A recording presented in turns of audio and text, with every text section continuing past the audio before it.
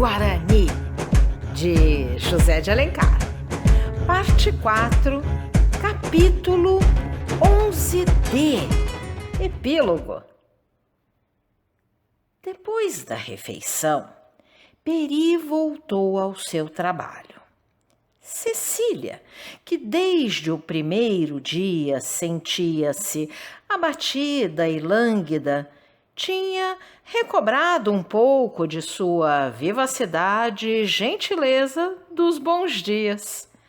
O rosto mimoso conservava ainda a sombra melancólica que lhe deixaram impressas as cenas tristes de que fora testemunha e, sobretudo, a última desgraça que a tinha privado de seu pai e de sua mãe. Mas essa mágoa tomava, nas suas feições, uma expressão angélica e tal mansuetude e suavidade que dava novo encanto à sua beleza ideal. Deixando seu companheiro distraído com a sua obra, chegou à beira do rio e sentou-se junto de uma moita de uvaias, à qual estava amarrada a canoa. Peri viu-a afastar-se e, sempre seguindo-a com os olhos, continuou a preparar a vergônites que devia servir-lhe de arco e as canas selvagens, às quais o seu braço ia dar o vôo da ave altaneira. A menina, com a face apoiada na mão e os olhos postos na correnteza do rio, cismava. Às vezes, as pálpebras cerravam-se, os lábios se agitavam imperceptivelmente. Nesses momentos, parecia que conversava com algum espírito invisível. Outras vezes, um doce sorriso despontava nos seus lábios e desfazia-se logo, como se o pensamento que viera pousar ali voltasse a esconder-se no fundo do coração, donde se tinha escapado. Por fim, ergueu a fronte com o meneio de rainha, que às vezes tomava a sua cabecinha loura, à qual só faltava o diadema.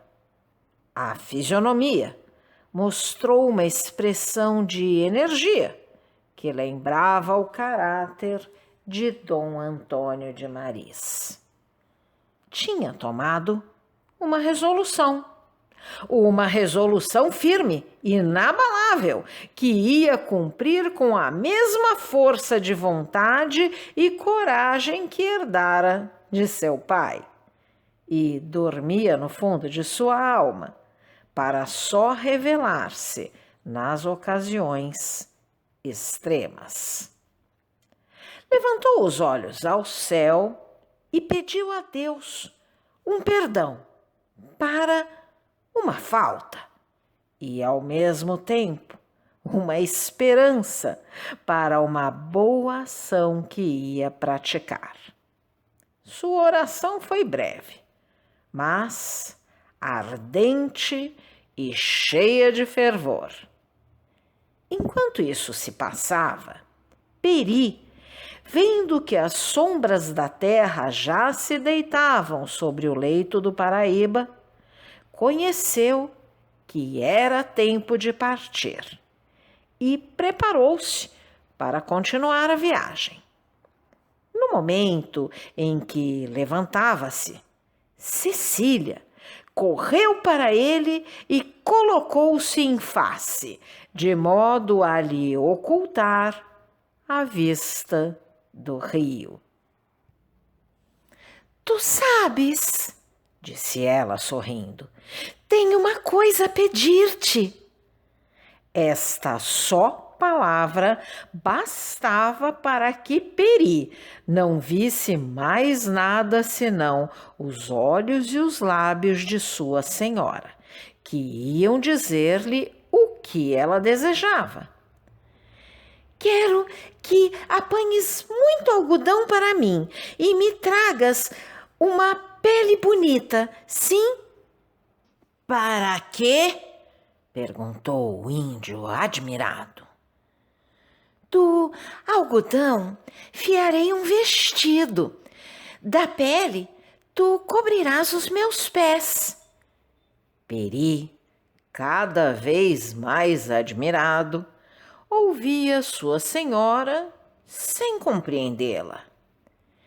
Assim, disse a menina sorrindo, tu me deixarás acompanhar-te, os espinhos não me farão mal. O espanto do índio tinha-o tornado imóvel, mas, de repente, soltou um grito e quis precipitar-se para o rio. A mãozinha de Cecília, apoiando-se no seu peito, reteve-o. Espera! Olha! Respondeu o índio inquieto, apontando para o rio. A canoa, desprendida do tronco a que estava amarrada, resvalava à discrição das águas e, girando sobre si, desaparecia levada pela correnteza. Cecília, depois de olhar, se voltou sorrindo. Fui eu que soltei. Tu, senhora, por quê? Porque não precisamos mais dela. Fitando então no seu amigo os lindos olhos azuis, disse, com o tom grave e lento que revela um pensamento profundamente refletido e uma resolução inabalável. Peri não pode viver junto de sua irmã na cidade dos brancos. Sua irmã fica com ele no deserto, no meio das florestas. Era essa ideia que ela há pouco acariciava no seu espírito e para a qual tinha invocado a graça divina. Não foi sem algum esforço que ela conseguiu dominar os primeiros temores que a assaltaram, quando encarou em face essa existência longe da sociedade, na solidão, no isolamento. Mas qual era o laço que a prendia ao mundo civilizado? Não era ela quase uma filha desses campos, criada com o seu ar puro e livre, com as suas águas cristalinas? A cidade lhe aparecia apenas como uma recordação da primeira infância, como um sonho do berço. Deixara o Rio de Janeiro aos 5 anos e nunca mais ali voltara. O campo, esse tinha para ela outras recordações ainda vivas e palpitantes. A flor da sua mocidade tinha sido bafejada por essas auras. O botão desatara aos raios desse sol esplêndido. Toda a sua vida, todos os seus belos dias, todos os seus prazeres infantis viviam ali, falavam naqueles ecos da solidão, naqueles murmúrios confusos, naquele silêncio mesmo. Ela pertencia, pois, mais ao deserto do que à cidade. Era mais uma virgem brasileira do que uma menina cortesã. Seus hábitos e seus gostos prendiam-se mais às pompas singelas da natureza do que às festas e às galas da arte e da civilização. Decidiu ficar. A única felicidade que ainda podia gozar neste mundo, depois da perda de sua família, era viver com os dois entes que a amavam. Essa felicidade não era possível. Devia escolher entre um deles. Aí o seu coração foi impelido pela força invencível que o arrastava. Mas depois, envergonhando-se de ter cedido tão depressa, procurou desculpar-se a si mesmo.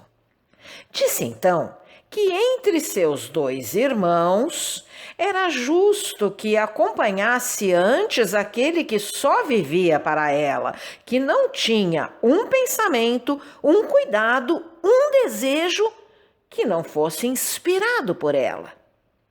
Dom Diogo era um fidalgo, herdeiro do nome de seu pai.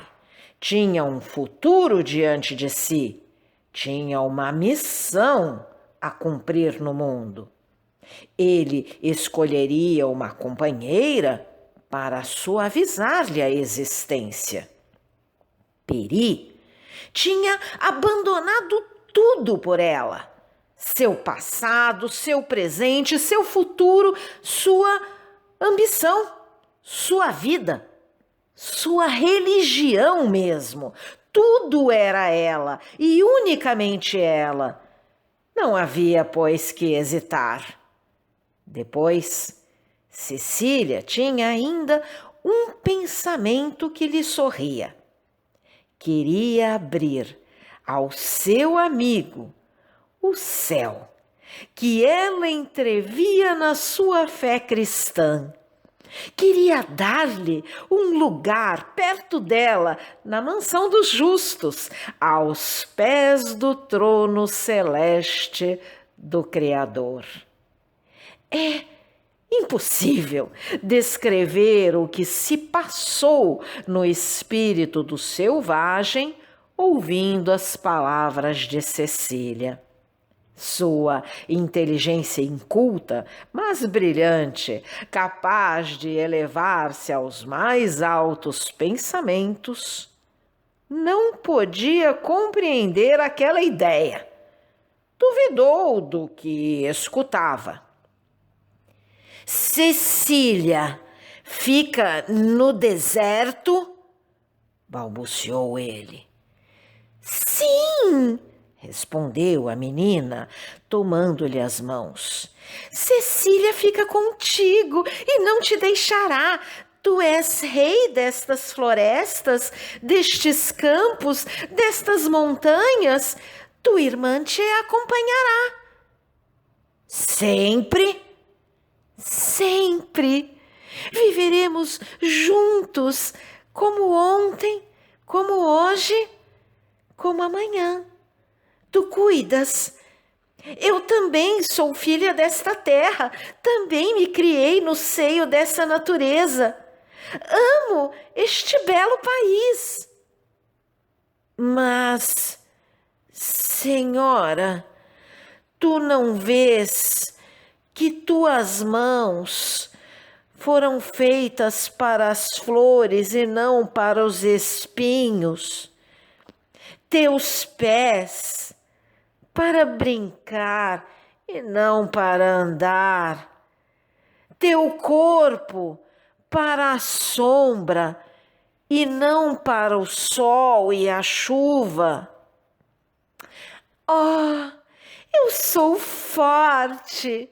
Exclamou a menina, erguendo a cabeça com altivez. Junto de ti não tenho medo. Quando eu estiver cansada, tu me levarás nos teus braços. A rolinha não se apoia sobre a asa de seu companheiro? Era preciso ver a gentileza e a garridice com que ela dizia todas essas frases graciosas que borbulhavam dos seus lábios. A irradiação do seu olhar, a animação do seu rosto e a travessura de seu gesto fascinavam. Peri ficou estático diante da perspectiva dessa felicidade imensa com a qual nunca sonhara, mas jurou de novo em sua alma que cumpriria a promessa feita a Dom Antônio. A tarde descaía. E era preciso tratar de prover aos meios de passar a noite em terra, o que seria muito mais perigoso. Não para ele, a quem bastava o galho de uma árvore, mas para Cecília.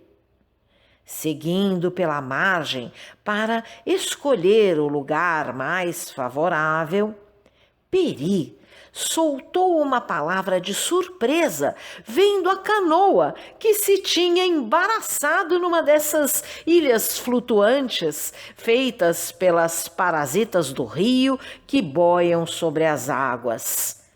Era o melhor leito que podia ter a menina no meio do deserto. Puxou a canoa, alcatifou o fundo com as folhas macias das palmeiras e, tomando Cecília nos braços, deitou-a no seu berço. A menina não consentiu que Peri remasse. A canoa deslizou docemente pelo leito do rio, apenas impelida pela correnteza. Cecília brincava, debruçava-se sobre as águas para colher uma flor de passagem, para perseguir um peixe que beijava a face lisa das ondas, para ter o prazer de molhar as mãos nessa água cristalina, para rever a sua imagem nesse espelho vacilante. Quando tinha brincado bastante, voltava-se para seu amigo e falava-lhe com o gazeio argentino, mimoso chilrear dos lábios travessos de uma linda menina, onde as coisas mais ligeiras e mais frívolas revestem encantos e graça suprema. Peri estava distraído. Seu olhar fitava-se no horizonte com uma atenção extraordinária. A inquietação que se desenhava no seu semblante era o indício de algum perigo, embora ainda remoto. Sobre a linha azulada da Cordilheira dos Órgãos, que se destacava no fundo de púrpura e rosicler, amontoavam-se grossas nuvens escuras e pesadas, que, feridas pelos raios do ocaso, lançavam reflexos acobreados. Daí a pouco, a serrania desapareceu envolta nesse manto cor de bronze que se elevava como as colunas e abóbadas de estalactites que se encontram nas grutas das nossas montanhas. O azul puro e risonho que cobria o resto do firmamento contrastava com a cinta escura que ia enegrecendo gradualmente à medida que a noite caía. Peri voltou-se. Tu queres ir para a terra, senhora? Não, estou tão bem aqui. Não foste tu quem me trouxeste? Sim, mas... O quê? Nada. Podes dormir sem receio. Ele tinha se lembrado que entre dois perigos, o melhor era preferir o mais remoto, aquele que ainda estava longe e talvez não viesse. Por isso, resolveu não dizer nada a Cecília e conservar-se atento e vigilante para salvá-la, se o que ele temia se realizasse. Peri havia lutado com o tigre, com os homens, com uma tribo de selvagens, com o veneno, e tinha vencido. Era chegada a ocasião de lutar com os elementos, com a mesma confiança calma e impassível. Esperou, pronto a aceitar o combate. Anoiteceu.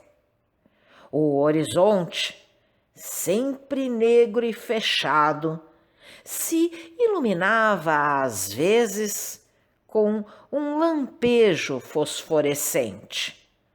Um tremor surdo parecia correr pelas entranhas da terra e fazia ondular a superfície das águas como o seio de uma vela enfunada pelo vento. Entretanto, ao redor, tudo estava quieto. As estrelas recamavam o azul do céu.